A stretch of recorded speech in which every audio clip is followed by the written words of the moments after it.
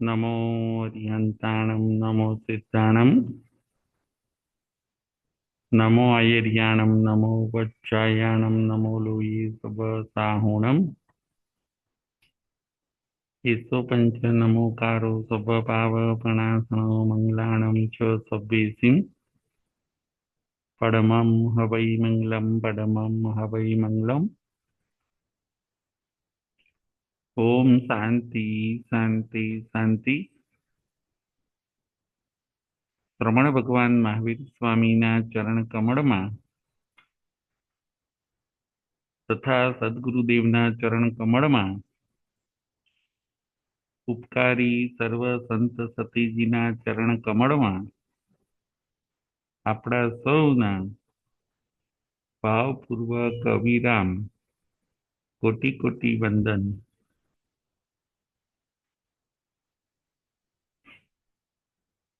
જય જિનેન્દ્ર। તારીખ 21/3/25 આગમ પ્રવચન।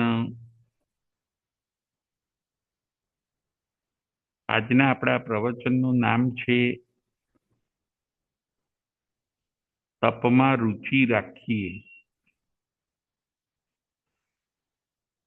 તપમાં રુચિ રાખીએ એ આજના પ્રવચનનો વિષય છે। અનુત્તરોપપાતિક સૂત્ર।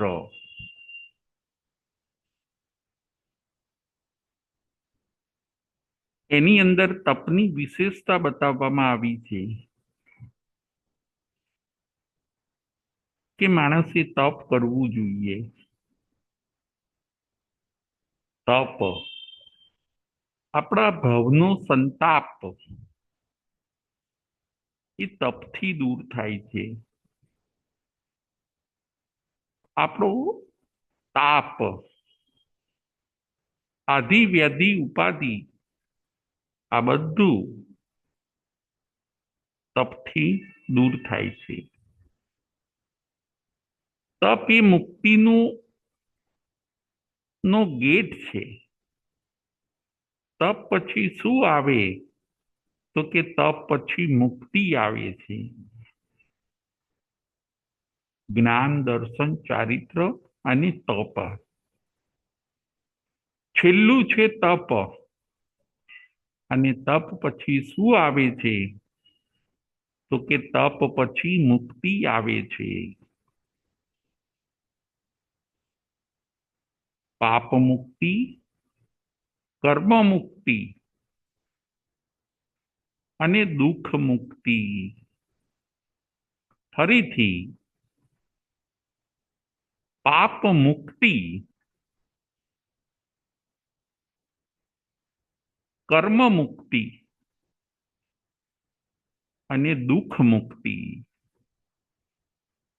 પાપથી મુક્ત થઈ જાય છે એ પછી કર્મથી મુક્ત થાય છે અને જે કર્મથી મુક્ત થઈ જાય છે એ પછી દુઃખથી મુક્ત થાય છે અને પછી શાશ્વત સુખને પામે છે।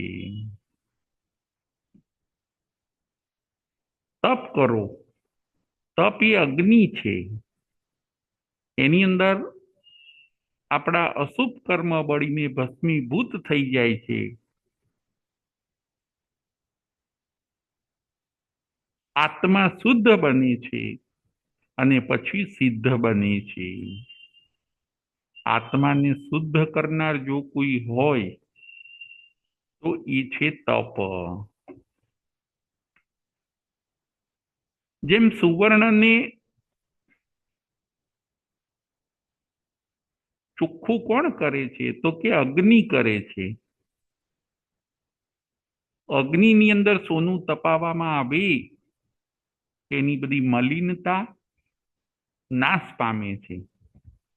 બસ એવી જ રીતે જે સાધક આત્મા તપ કરે છે એના બધા દુર્ગુણો નાશ પામે છે, બળીને ભસ્મીભૂત થઈ જાય છે અને આત્મા ક્લીન બની જાય છે। આત્મા ચોખ્ખો બની જાય છે. આત્માને શુદ્ધ કરવાનો જો કોઈ ઉપાય હોય તો એ છે તપ. આપણે તપ કરીએ છીએ કે નહીં? જો તપ નથી કરતા તો આત્મા ચોખ્ખો થતો નથી, પરંતુ દિવસે દિવસે વધારે ને વધારે બગડતો જાય છે. તપ એ તો ક્લીનિંગ સિસ્ટમ છે. તપ કરનાર ક્લીન થાય છે. આવું અગત્યનું અનુષ્ઠાન આપણે કેમ ચૂકી જઈએ છીએ? તપ કરવું જોઈએ. તપ પછી શું આવે? તો કે તપ પછી મુક્તિ આવે છે, મોક્ષ. જે સમ્યક તપ કરે છે એને ચોક્કસ મુક્તિ મળે છે, મળે છે ને મળે છે. પણ જે મિથ્યા તપ કરે છે એને મુક્તિ મળતી નથી. સમ્યક તપ કરનાર સર્વ કર્મનો ક્ષય કરીને પછી એ પોતે મોક્ષે જાય છે. તપના લાભ, તપના ફાયદા, એ બધું આપણે જોવું જોઈએ, સમજવું જોઈએ. અને તપને આપણે મિસ ન કરવું જોઈએ, પરંતુ રોજ તપ કરવું જોઈએ. જ્ઞાન અગત્યની વસ્તુ છે, દાન અગત્યની વસ્તુ છે, સામાયિક કરવું એ જેમ અગત્યની વસ્તુ છે, એવી જ રીતે તપ કરવું એ પણ અગત્યની વસ્તુ છે. તપના લાભ, ફાયદા એ બધા આપણે જોવા જોઈએ. આજના આપણા પ્રવચનનો વિષય છે તપમાં રુચિ રાખીએ. જો આપણી રુચિ તપમાં ઘટતી જાય છે, આહારની રુચિ વધતી જાય છે, ખાણીપીણીની રુચિ વધતી જાય છે, અને તપની અંદર રુચિ આપણી શું થઈ છે? તો કે ઘટતી જાય છે. તપ સાવ મુકાઈ ગયું છે એવું કહીએ તો પણ ચાલે. તપ સાવ થતું નથી એવું કહીએ તો પણ ચાલે. કદાચ કોઈ તપ કરે છે પરંતુ પાછી ખાવા પીવામાં પણ એટલી જ રુચિ છે, તો એ તપનો જે ફાયદો થવો જોઈએ એ ફાયદો થતો નથી. તપ જો બરાબર કરવામાં આવે તો એ તપ ચોક્કસ આપણા મોક્ષનું કારણ બને છે.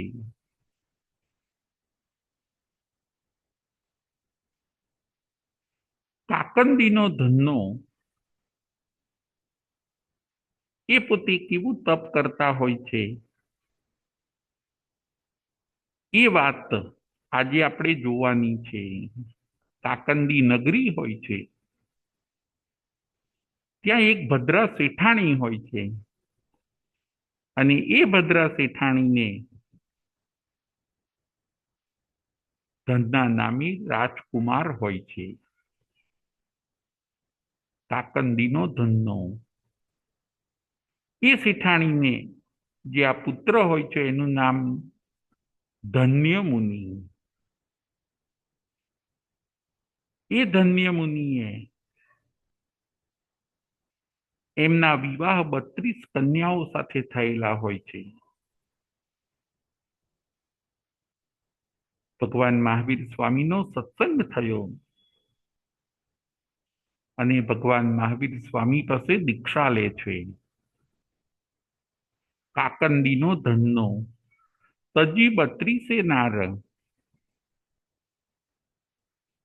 મહાવીર સમીપે લીધો સંયમ ભાર. કાકંદીના ધન્નાએ ભગવાન મહાવીર સ્વામી પાસે સંયમનો ભાર લીધો. એમની દીક્ષા, એ ધન્ના કુમારની દીક્ષા જીત શત્રુ રાજા કરે છે. ધનના કુમારની માતા જીત શત્રુ રાજાના ત્યાં દીક્ષા મહોત્સવ કરવા માટે છત્ર અને ચામર માગવા માટે જાય છે. જીત શત્રુ રાજા છત્ર અને ચામર તો આપે છે, પરંતુ ભદ્રા શેઠાણીને કહે છે કે આ દીક્ષાનો લાભ હું લઈશ. અને રાજા પોતે સાથે રહીને ધનના કુમારનો દીક્ષા પ્રસંગ ઉજવે છે. જીત શત્રુ રાજા કાકંદીનો ધનનો તજી 32 નાર, મહાવીર સમીપે લીધો સંયમ ભાર. મોટી સાધુ વંદનામાં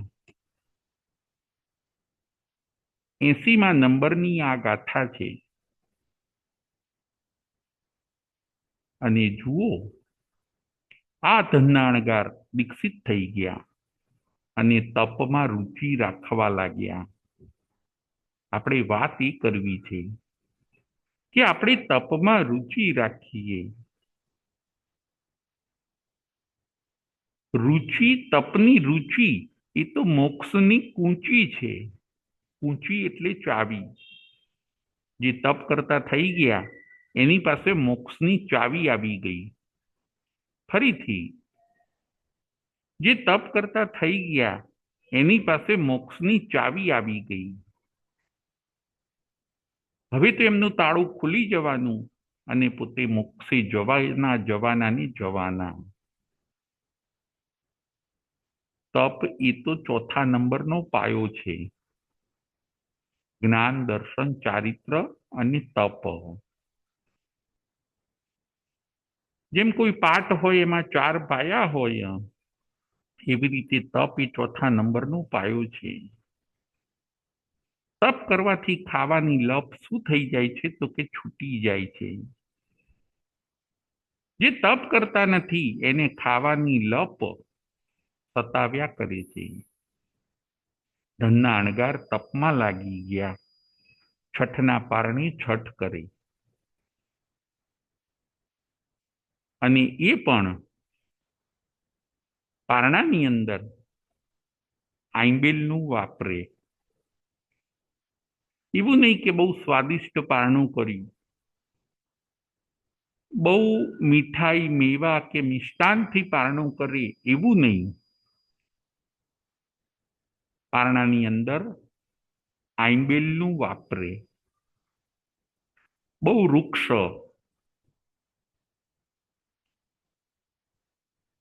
રસકસ વગરનું પારણામાં વાપરે. આસક્તિ ઉપર જેણે વિજય મેળવ્યો, સ્વાદ ઉપર જેણે વિજય મેળવ્યો, એવા આ ધનના અણગાર છઠ કરે. છઠ એટલે 2 ઉપવાસ. પારણું આવે ત્યારે આંબેલ કરે, વળી પાછો બીજા દિવસે છઠ. આત્મલક્ષ્ય અને તપમાં રુચિ, તપની સાધના, તપમય જીવન. એકવાર એવું બને છે, શ્રેણીક મહારાજા ભગવાન મહાવીર સ્વામીને પ્રશ્ન પૂછે છે. શ્રેણીક મહારાજા ભગવાન મહાવીર સ્વામીને પ્રશ્ન પૂછે છે કે હે ભગવાન, આપની પાસે 14,000 સાધુ સાધ્વીજી છે, એમાંથી વધારે કર્મ નિર્જરા કરનાર કોણ છે? 14,000 સાધુ સાધ્વીજીમાંથી સૌથી વધારે નિર્જરા કરનાર કોણ છે? ત્યારે ભગવાન મહાવીર સ્વામી શ્રેણીક રાજાને જવાબ આપે છે કે હે શ્રેણીક રાજા, મારા 14,000 સાધુમાંથી સૌથી વધારે કર્મ નિર્જરા કરનાર જો કોઈ હોય તો એ છે ધનના અણગાર. શ્રેણિક રાજા પૂછે છે, ભગવાન આપ એવી રીતે કઈ રીતે કહી શકો છો? તપસ્વીઓ તો ઘણા છે. ત્યારે ભગવાન મહાવીર સ્વામી કહે છે કે આ ધનના અણગારે સ્વાદને જીત્યો છે. છઠના પારણે છઠ કરે છે અને પારણાની અંદર પણ આંબેલ વાપરે છે. રસકસ વગરનો આહાર વાપરે છે. ખૂબ પ્રસન્નતાથી એ પોતે તપ કરે છે. ખૂબ ભાવથી એ પોતે તપ કરે છે. ખાવા પીવાના પદાર્થો ઉપર એમને મોહ નથી. એમણે મોહને જીત્યો છે. દેહની મમતા એમણે ઘટાડી છે. રસ પ્રત્યેની આસક્તિને જીતવી કઠિન છે. એ વસ્તુ એમણે કરી છે. આવું ઘોર તપ કરનાર પાછું સરસ રીતે કરે છે પોતે, એટલે એ પોતે કર્મ નિર્જરા વધારે કરે છે. મહાકર્મ નિર્જરા જો કોઈ કરતું હોય તો એ ધનના અણગાર કરે છે. ભગવાન મહાવીર સ્વામીએ જુઓ 14,000 સાધુ ભગવંતોમાંથી ધનના અણગારના વખાણ કર્યા. કેવું એ શ્રેષ્ઠ તપ કરતા હશે કે ખુદ ભગવાને શ્રેણિક રાજા પાસે ધનના અણગારના વખાણ કર્યા. બસ આવું જ શ્રેષ્ઠ તપ આપણે પણ આપણા જીવનમાં કરીએ. તપના ઘણા બધા ફાયદા છે, એને આપણે મિસ ન કરીએ. તપના લાભને આપણે જતો ન કરીએ. ખાવા પીવાની અંદર આપણી જિંદગી પૂરી ન થઈ જાય એનું આપણે ધ્યાન રાખીએ. શ્રેણિક રાજા ધનના અણગાર પાસે જાય છે. એમનું તપોમય જીવન જોઈને એમને વંદન કરે છે. ધનના અણગારનું શરીર પણ કૃશ થઈ ગયું છે. આત્મા અને શરીર એ જુદા છે. કર્મ પણ જુદા છે. આત્મા આપણી વસ્તુ છે, શરીર એ આપણી વસ્તુ નથી. શરીર એ તો સાધન છે, આત્માથી જુદું છે. આત્માને સાચવી લેવાનો છે. શરીરને સાચવવામાં આત્માનું કામ કરવાનું રહી ન જાય. જ્ઞાની પુરુષો આપણને એમ કહે છે. આત્મા શાશ્વત છે, જ્યારે શરીર તો નાશવંત છે. આ બધું વિચારીને આપણે ભેદ વિજ્ઞાન કરવાનું છે. ધનના અણગારે આવું જ ભેદ વિજ્ઞાન કર્યું હોય છે કે આત્મા અને શરીર જુદા છે. કર્મથી મુક્ત થવા માટે તપ અવશ્ય કરવું જોઈએ. આવો જેનો દ્રઢ નિશ્ચય હોય છે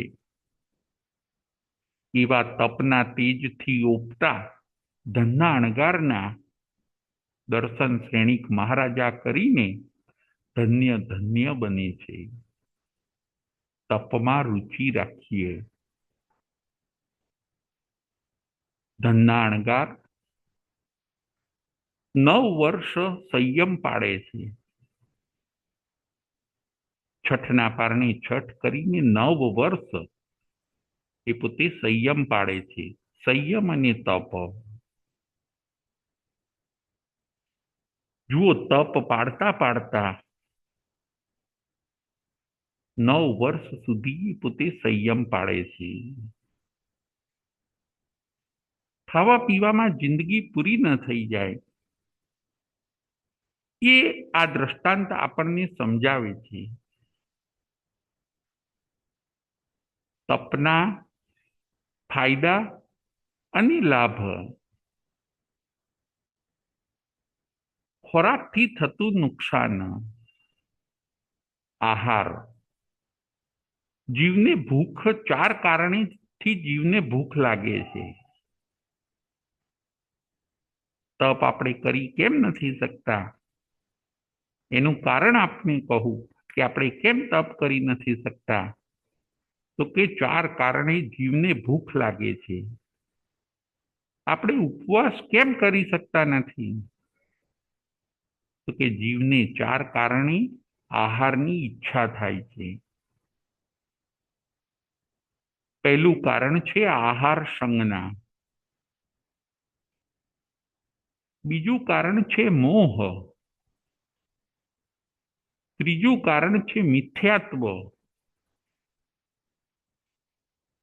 અને ચોથું કારણ છે ક્ષુધાવેદનીય કર્મ. ચોથું કારણ છે ક્ષુધાવેદનીય કર્મ. પહેલું કારણ છે આહાર સંજ્ઞા. બીજું કારણ છે મોહ. ત્રીજું કારણ છે મિથ્યાત્વ. અને ચોથું કારણ છે ક્ષુધાવેદનીય કર્મ. આ 4 કારણોથી જીવને ભૂખ લાગે છે. જીવને આહારની ઈચ્છા થાય છે, એ પોતે રહી શકતો નથી અને આહાર કરીને વારંવાર આહાર કર્યા કરે છે અને એનાથી એ પોતે તપ કરી શકતો નથી. પહેલું કારણ છે આહાર સંજ્ઞા. આહાર સંજ્ઞા એટલે આપણને આહારની હેબિટ પડી ગઈ છે. બસ ટાઈમ થાય એટલે જમી લેવું, ભૂખ હોય કે ન હોય, સમય થાય એટલે જમી લેવું. આ બધા કારણોના કારણે આપણામાં તપની રુચિ થતી નથી. ફરતા ફરતા ખાવું, મોડા ખાવું, વહેલા ખાવું, બે ટાઈમે ખાવું, આ બધું શું છે, તો કે આહાર સંજ્ઞા. અનાદિકાળથી આહાર સંજ્ઞા આપણે એવી ઘૂંટી છે, જેના કારણે આ ખાઈએ તે ખાઈએ અને એના કારણે આપણે તપથી ભાગતા ફરીએ છીએ. એના મારાથી પછી એવી મેન્ટાલિટી બની જાય છે કે મારાથી તપ નહીં થાય, હું તપ ન કરી શકું, મારે ખાવા જોઈએ. તપ નહીં થવાનું પહેલું કારણ છે આહાર સંજ્ઞા. જેમ જુઓ, પેલી બકરી હોય, બકરી, તે બકરી શું કરશે? એ બસ કંઈક ને કંઈક ચાવ્યા જ કરશે. એની આહાર સંજ્ઞા સોલિડ છે. એ ચાલતી હશે ત્યારે ગમે ત્યાંથી ગમે તે મળે એ ખાવાનું, ચાવ્યા કરવાનું. બસ મનુષ્યને આજે પણ એવું જ થયું છે. આહાર સંજ્ઞાના કારણે આ ખાશે તે ખાશે અને તપ છૂટી જશે. પહેલું કારણ છે આહાર સંજ્ઞા. બીજું કારણ છે મોહ. ખાવાની આઈટમો ઉપર એટલો મોહ છે કે જીવ પોતે તપ કરી શકતો નથી. મોહ ખાવાની આઈટમો ઉપર, આ ખાઉં કે તે ખાઉં, ફાઇન ફાઇન આઈટમો જોશે, સરસ સરસ આઈટમ જોશે,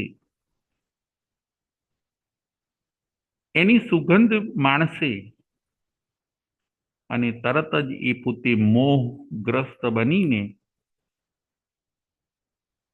ખાવા માટે તૈયાર થઈ જાય છે. તરત એને ભૂખ લાગશે, ખાવા લાગી જશે. મોહના કારણે પણ જીવ તપ કરી શકતો નથી. તપ નહીં કરવાનું પહેલું કારણ આપણે જોયું આહાર સંજ્ઞા, બીજું કારણ મોહ. જાત જાતની આઈટમો, અલગ અલગ બધી વેરાયટીઝો, એ બધું જોઈને એનું મન નિર્બળ બની જાય છે. તપ કરવા માટે લાચાર બની જાય છે અને ખાવાના ભાવ કરે છે. ત્રીજું કારણ છે મિથ્યાત્વ. મિથ્યાત્વ પણ આપણને તપ કરવા દેતું નથી અને ખાવા ઉપર જ પ્રેરણા કરે છે. બસ ખાઈશું તો શક્તિ આવશે, આ એક પ્રકારનું મિથ્યાત્વ. બસ આપણે ખાવું જોઈએ. અમુકની એવી મેન્ટાલિટી હોય કે થોડુંક વધારે ખાઓ, જેનાથી આપણું શરીર સારું બને.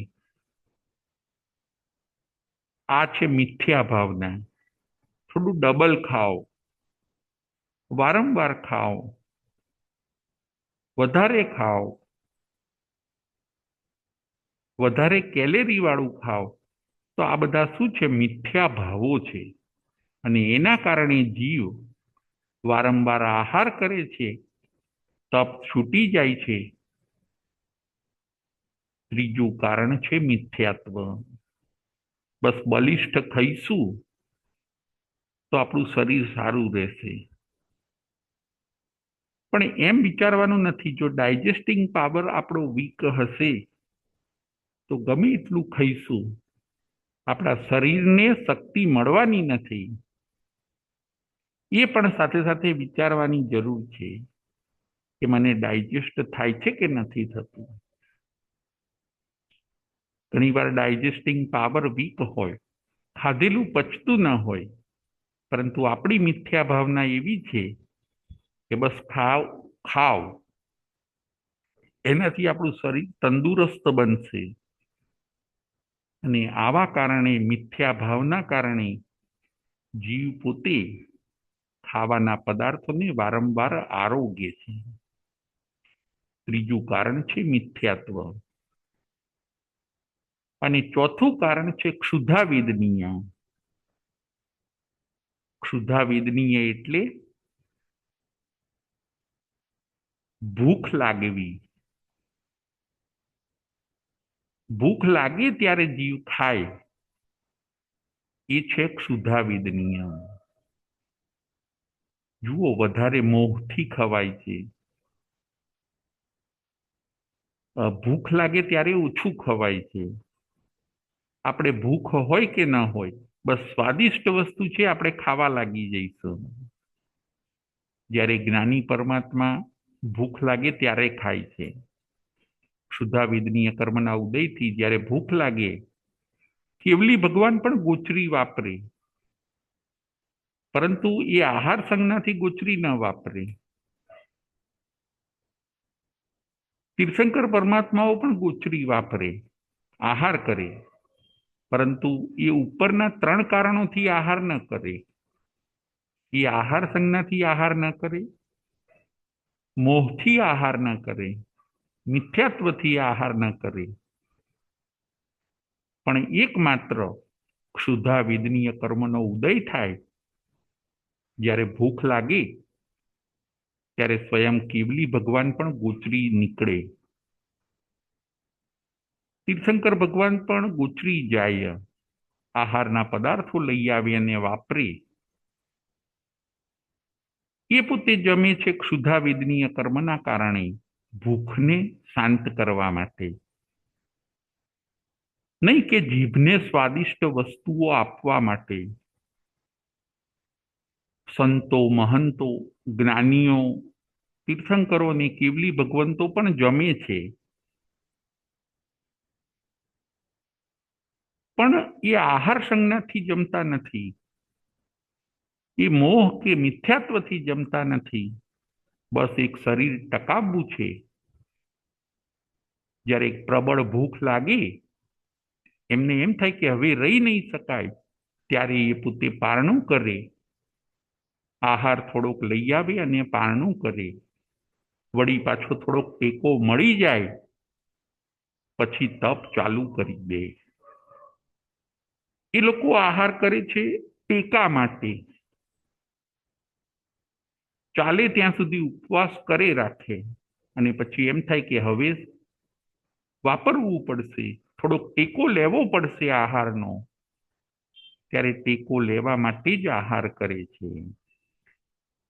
ક્ષુધાવેદનીય એમને લાગે ત્યારે. જમવાના આપણે 4 કારણો બતાવ્યા. તપ નહીં થવાના પણ આપણે 4 કારણો બતાવ્યા.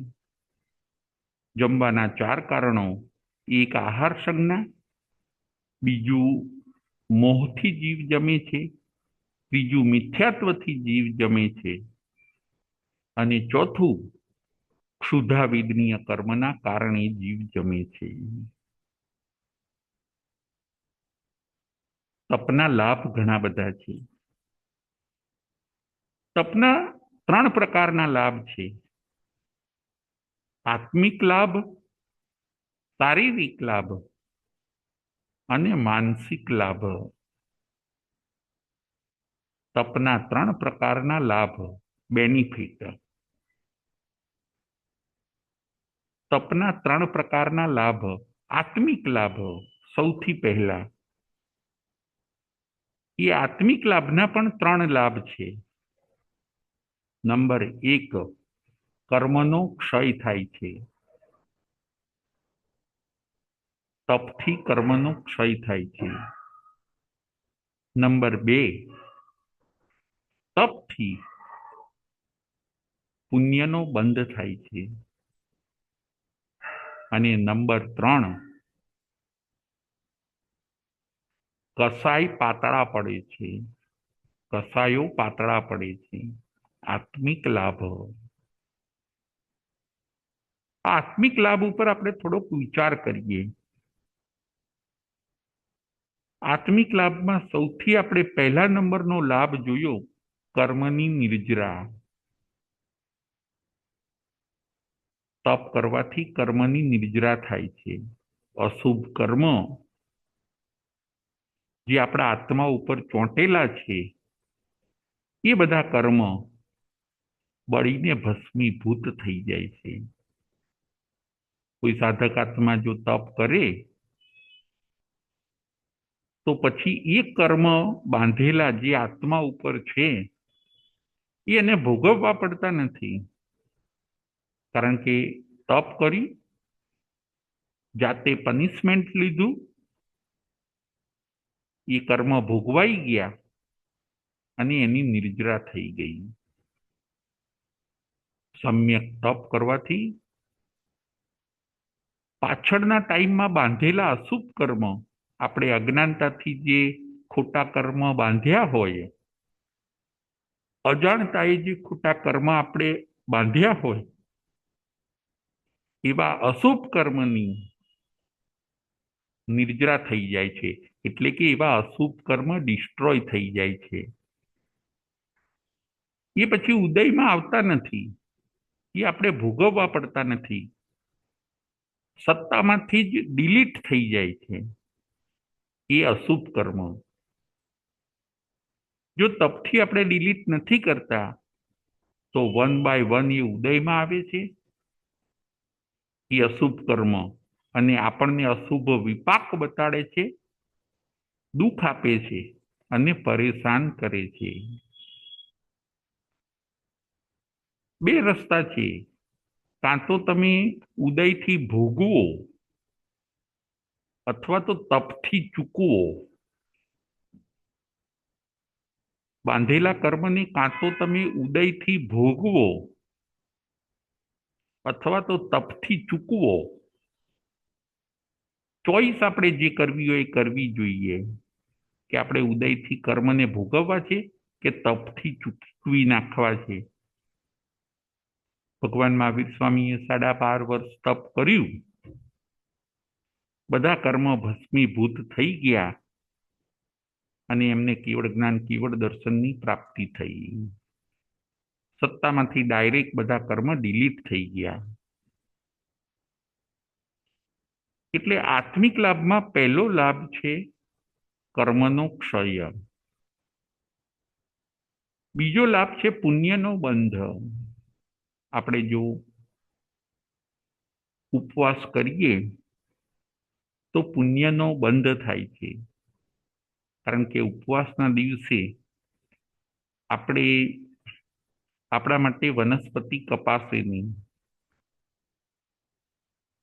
ફાયરનો યુઝ થશે નહીં, આપણા માટે રસોઈ બનશે નહીં, આપણા માટે કોઈ પાણી ગરમ કરવું પડે કે એવો છકાઈ જીવની હિંસા થશે નહીં કોઈ પણ પ્રકારે. એટલે આપણે ઊંચામાં ઊંચું પુણ્ય બાંધીએ છીએ. આત્મિક લાભ, એમાં બીજો લાભ પુણ્યનો બંધ. ત્રીજો લાભ કસાય પાતળા પડે છે. તપ કરવાથી કસાયો પાતળા પડે છે. કામ, વિકાર, ક્રોધ, માન, માયા, લોભ. આપણે જો તપ કરીએ, ઉપવાસ કરીએ તો આ બધા કસાયો ઢીલા પડે છે, પાતળા પડે છે અને ડિસ્ટ્રોય થાય છે. શરીર ઉપર કે આત્મા ઉપર એ કસાયોનો પછી પ્રભાવ રહેતો નથી અને આત્મા નિર્મળ બને છે, આત્મા શુદ્ધ બને છે. આ છે ત્રીજો લાભ. આત્મિક લાભની અંદર 3 લાભ આપણે જોયા. તપ કરવાથી થતા લાભ, આત્મિક લાભ. પછી બીજા નંબરનો છે શારીરિક લાભ.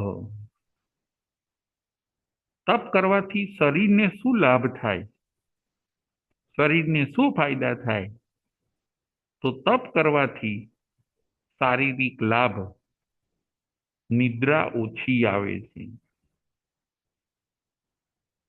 જોજો, ઊંઘ ઓછી આવશે, પહેલો લાભ. બીજો લાભ, રોગ થતા નથી, રોગ થતા નથી. અને ત્રીજો લાભ, દવાઓથી છુટકારો મળે છે. ત્રીજો લાભ, દવાઓથી છુટકારો મળે છે. શારીરિક લાભ આપણે 3 જોયા. નંબર 1, નિદ્રા ઓછી આવે છે.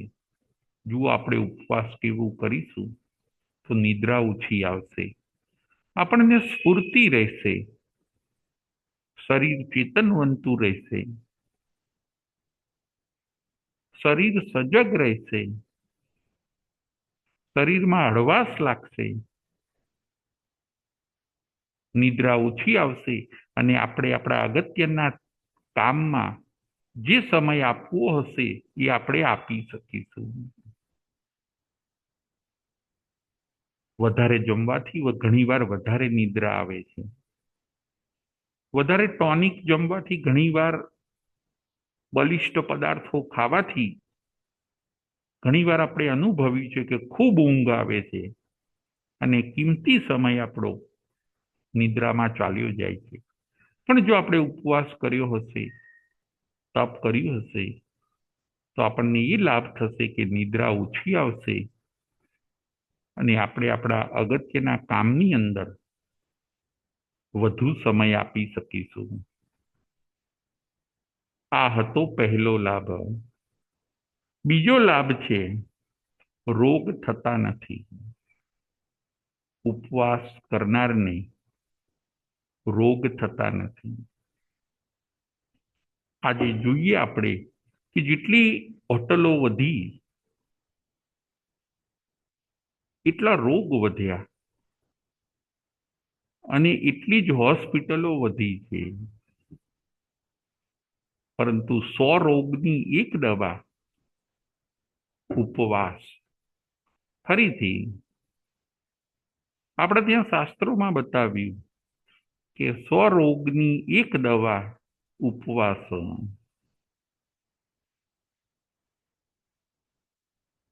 રોગ થતા નથી.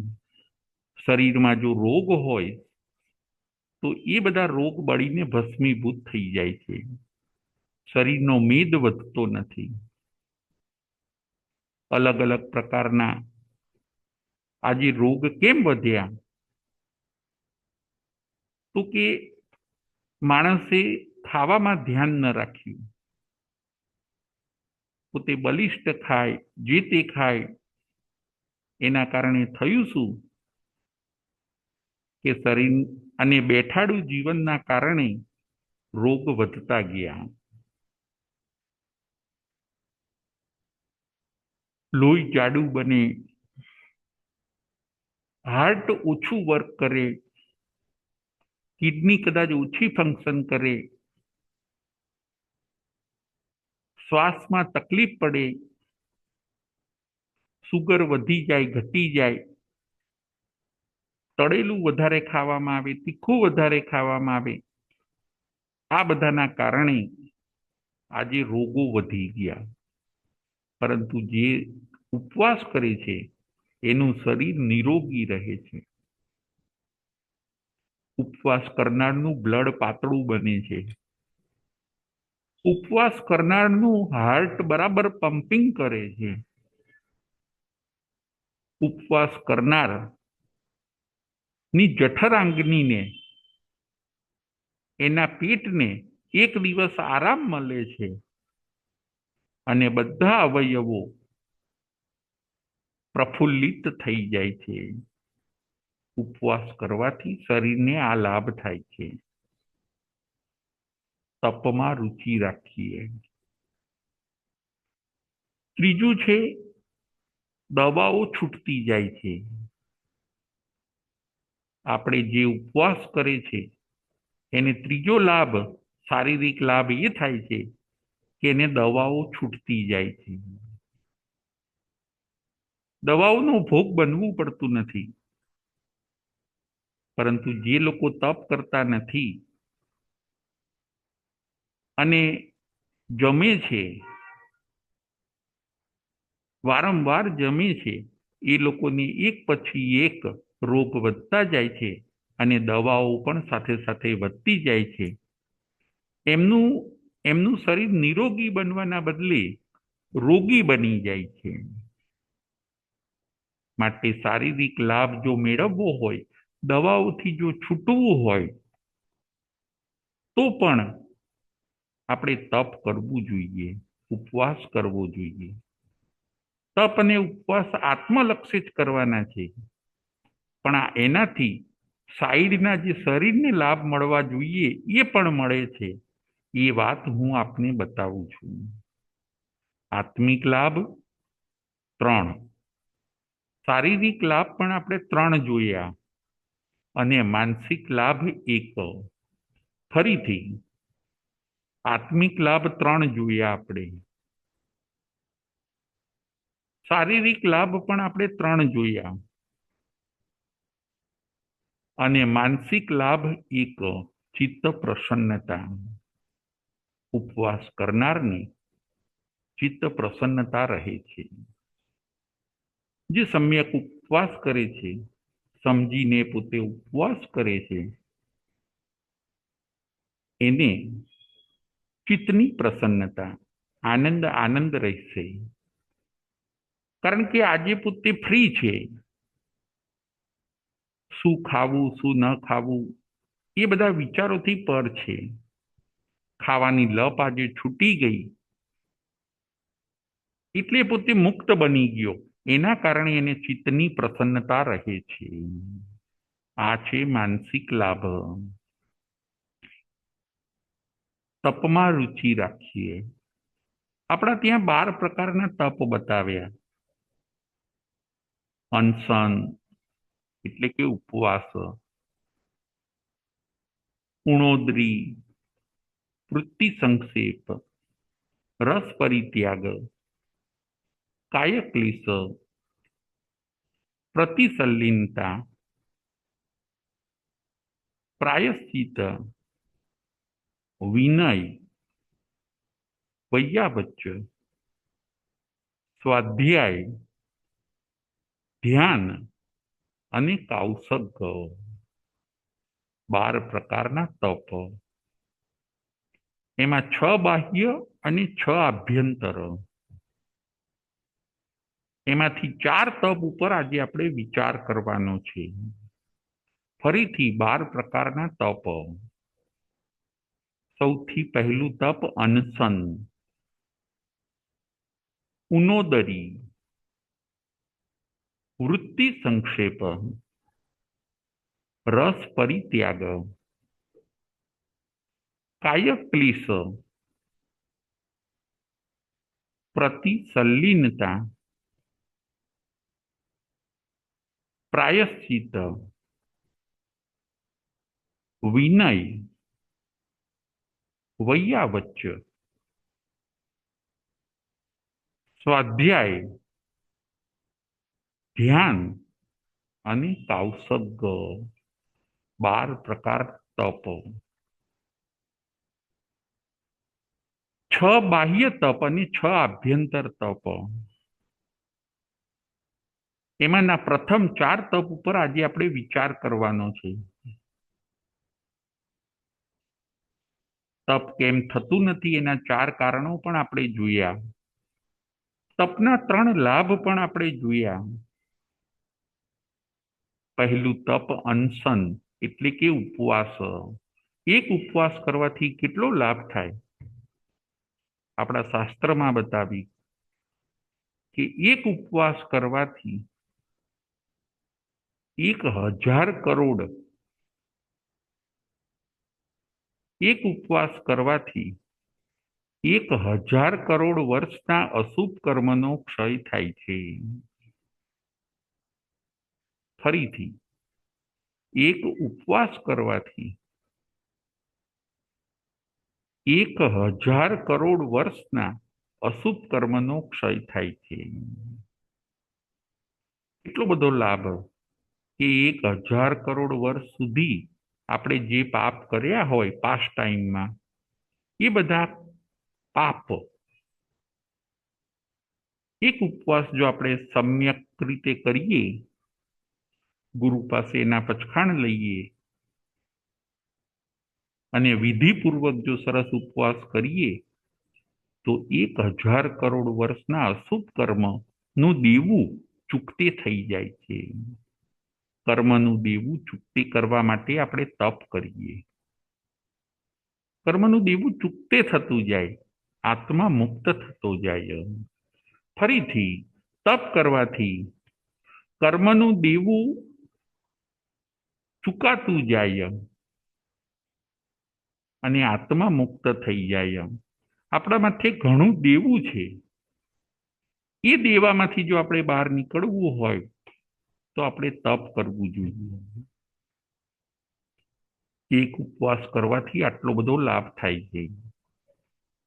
આપણને એમ કે કેટલી ક્રિયા નાની અને આટલું મોટું ફળ, તો કે હા, હોઈ શકે. બી નાનું હોય છે, વડનું બી જુઓ નાનું હોય છે, પરંતુ એનો ઘટાદાર વડ બને છે કે નહીં? બસ એવું છે. ડાયમંડ કદાચ નાનો હોય, બહુ નાનો હોય ડાયમંડ, પરંતુ લાખો, કરોડો અને અબજો રૂપિયાનો હોઈ શકે.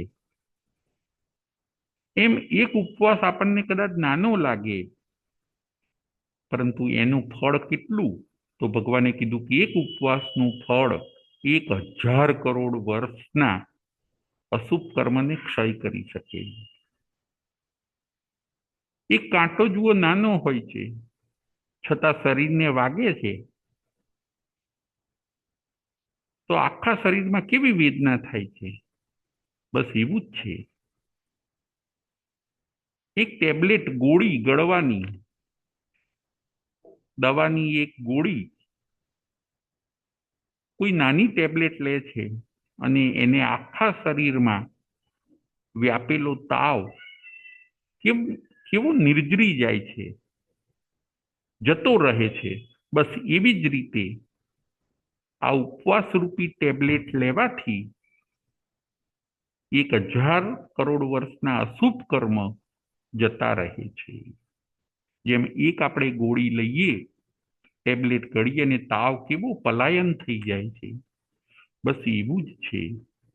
આત્મ પ્રદેશો ઉપરથી કર્મો જતા રહે છે, દેવું ચૂકતે થઈ જાય છે. અનશન, બીજું તપ છે ઉણોદરી, એટલે ઓછું જમવું, ભૂખ કરતા ઓછું જમો. એને પણ આપણે ત્યાં તપ કીધું. બીજા નંબરનું, પહેલું તપ અનશન, બીજા નંબરનું તપ ઉણોદરી. ઓવર ઇટિંગ ન કરવું, ભૂખ કરતા ઓછું ખાવાથી આળસ પ્રમાદ પણ થશે નહીં. ઘરનું કામ કરી શકીશું, ધર્મનું સામાયિક કે એવું કરવું હશે તો આપણે કરી શકીશું, સ્ફૂર્તિમાં રહી શકીશું. માટે ભગવાને બીજું તપ બતાવ્યું છે ઉણોદરી. અનશન પછી ઉણોદરી. ત્રીજું તપ છે વૃત્તિ સંક્ષેપ, એટલે દ્રવ્ય મર્યાદા. 10 આઈટમ જ વાપરવી, જમવાની 10 આઈટમથી વધારે ન વાપરવી, 15 આઈટમ જ વાપરવી, એવો નિયમ કરો કે એને પણ તપ ગણાશે. કદાચ તમે જો ભૂખ્યા નથી રહી શકતા તો દિવસ દરમિયાન 5 આઈટમ વાપરો, 10 આઈટમ વાપરો, એ તપ કરો. તમને આત્મિક લાભ, શારીરિક લાભ, માનસિક લાભ બધું મળશે. વૃત્તિ સંક્ષેપ ની વાત આપણે ચાલતી હોય છે, એટલે દ્રવ્યની મર્યાદા. 5 આઈટમ જ વાપરવી, 10 આઈટમ વાપરવી, 15 આઈટમ વાપરવી, એનાથી અધિક ન વાપરવી, એનાથી વધુ ન ખાવી. આઈટમની મર્યાદા. અને ચોથું તપ છે રસ પરિત્યાગ, એટલે રસવાળી વસ્તુઓનો ત્યાગ કરવો. સાદું જમવું, સિમ્પલ જમવું, અથવા તો આંબેલ વાળું જમવું, યા આંબેલ કરવું, એને કહેવાય છે રસ પરિત્યાગ તપ. ભૂખ્યા નથી રહી શકતા? ઓકે, તો તમે રસ પરિત્યાગ તપ કરો. સાદું જમો, આંબેલ કરો, એ છે રસ પરિત્યાગ. રસ પરિત્યાગમાં 6 વિગયનો ત્યાગ કરવામાં આવે. 6 વિગય કયા? દૂધ, દહીં, ઘી, તેલ, ખાંડ અને ગોળ. વન ડે, એક દિવસ માટે 6 વિગય ન વાપરવા, એ પણ તપ છે. દૂધ, દહીં, ઘી, તેલ, ગોળ અને ખાંડ સાદું વાપરવું, વિગય ત્યાગ. આંબેલ કરવી, આંબેલમાં પણ ઓછા દ્રવ્ય વાપરવા. મીઠા વગરનું આંબેલ કરવું. નીવી કરવી. નીવી એટલે શું? આપણને એમ વિચાર આવે તો આંબેલનું વાપરવું, સાથે છાશ વાપરી શકાય, એને કહેવાય છે નીવી. નિરારંભી આંબેલ કરવી. નિરારંભી આંબેલ એટલે પોતાના માટે સ્પેશિયલ આંબેલની અલગ અલગ વસ્તુઓ ન બનાવવી, પણ ઘરમાં જે હાજર હોય એ ખાઈને આંબેલ કરી લેવું. કોરા ખાખરા ખાઈ લેવા, ચણા, મમરા,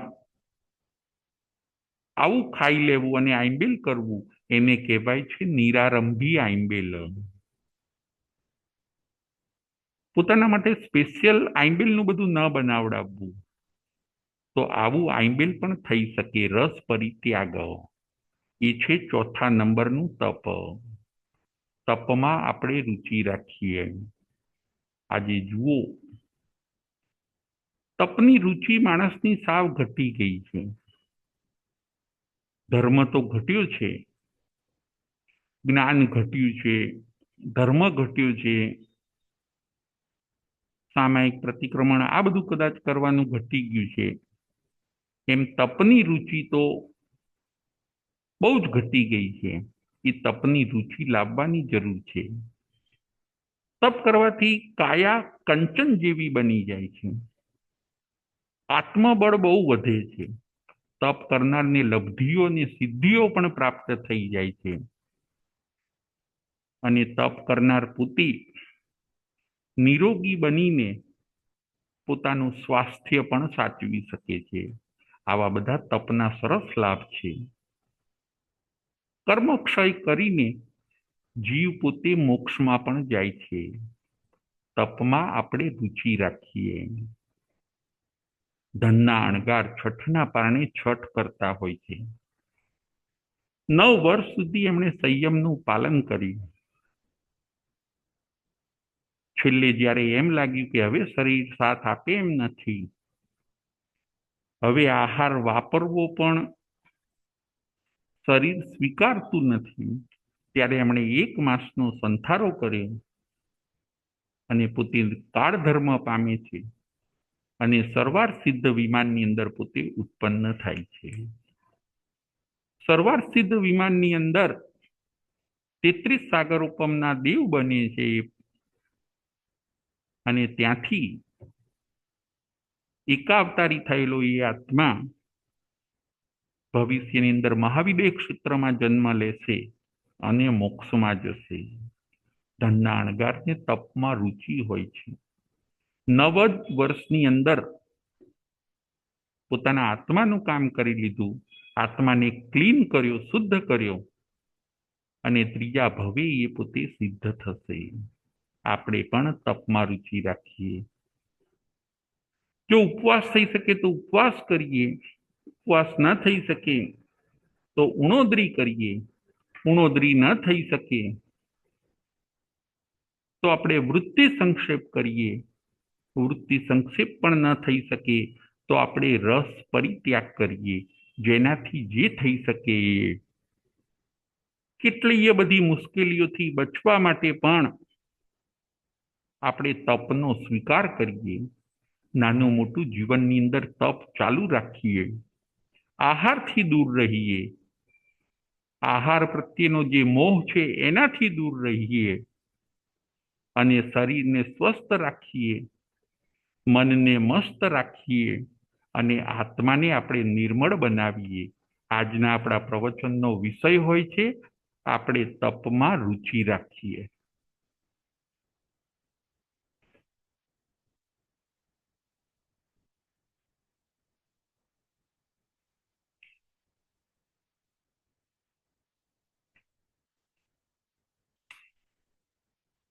પ્રશ્ન નંબર 1,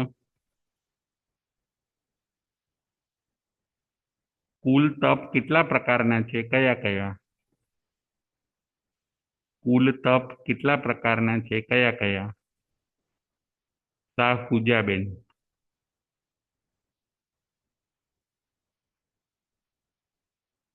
જય જિનેન્દ્ર. જય જિનેન્દ્ર.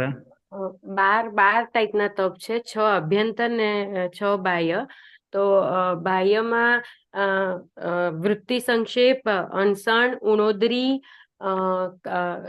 વૃત્તિ સંક્ષેપ, રસ પરિત્યાગ, ઉણોદરી, અણસણ, કાયા સંલીનતા, કાયા કલેશ અને પ્રતિસંલીનતા, એ 6 બાહ્ય તપ. અને આભ્યંતરમાં સ્વાધ્યાય, વયાવચ,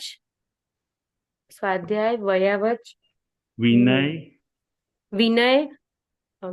વયાવચ, સ્વાધ્યાય, ધ્યાન અને કૌશબ. બહુ સરસ, બહુ સરસ, થેન્ક યુ. બીજો પ્રશ્ન, આજે આપણે કેટલા તપ ઉપર વિચાર કર્યો? આજે આપણે કેટલા તપ ઉપર વિચાર કર્યો? હેતલબેન ગોપાણી. આજે આપણે કેટલા તપ ઉપર વિચાર કર્યો? 4 તપ ઉપર. હા. અણસઠ, ગુણોદરી, વૃત્તિ સંક્ષેપ અને રસ પરિત્યાગ. બહુ સરસ, બહુ જય સરસ. જિનેન્દ્ર. જય જિનેન્દ્ર.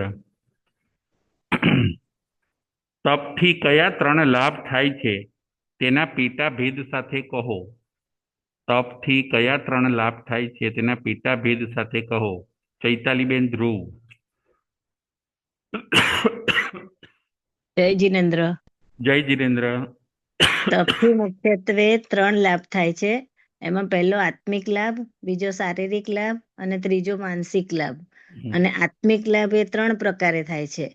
એમાં પહેલા કર્મનો ક્ષય થાય છે, પુણ્યનો બંધ થાય છે અને કસાય પાતળા પડે છે. એ આત્મિક લાભ છે. પછી શારીરિક લાભ પણ 3 પ્રકારે થાય છે. એમાં પહેલુંમાં નિંદ્રા ઓછી થાય છે, માંદગી ઓછી થાય છે એટલે કે રોગો આવતા નથી, અને દવાઓ ધીરે ધીરે ઓછી થાય છે અને છૂટતી જાય છે. અને માનસિક લાભ એક પ્રકારે થાય છે, તો એમાં ચિત્તની પ્રસન્નતા વધે છે. બહુ સરસ, બહુ જય સરસ. જિનેન્દ્ર. જય જિનેન્દ્ર. Thank you.